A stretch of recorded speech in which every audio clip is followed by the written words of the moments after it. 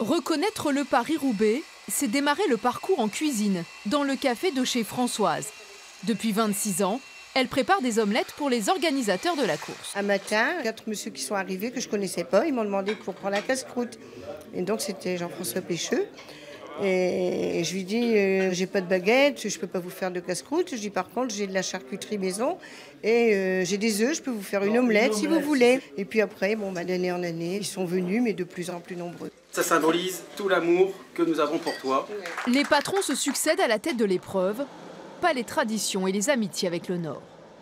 Pour le cortège, la journée sera pluvieuse, les tronçons sont mouillés, boueux, glissants. Et pleure encore le coureur, Michael Gollartz, qui ne s'est pas relevé de sa chute l'an passé sur ce secteur 28.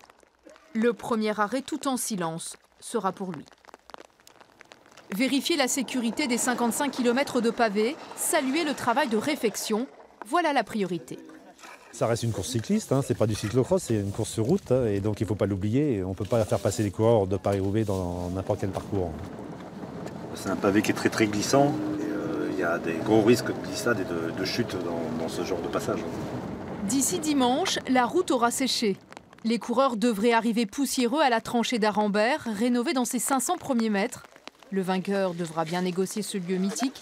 Mais quel vainqueur! On n'est plus dans la période Cancellara-Bonnen où à toi, à moi, une fois l'un, une fois l'autre. Là, c'est quelque chose de beaucoup plus ouvert et sans doute plus ouvert que Paris-Roubaix ne l'a pas été depuis 20 ans. Le parcours, légèrement modifié, n'enlèvera rien aux difficultés. Au bout de l'effort, s'inscrira le nom d'un coureur de légende.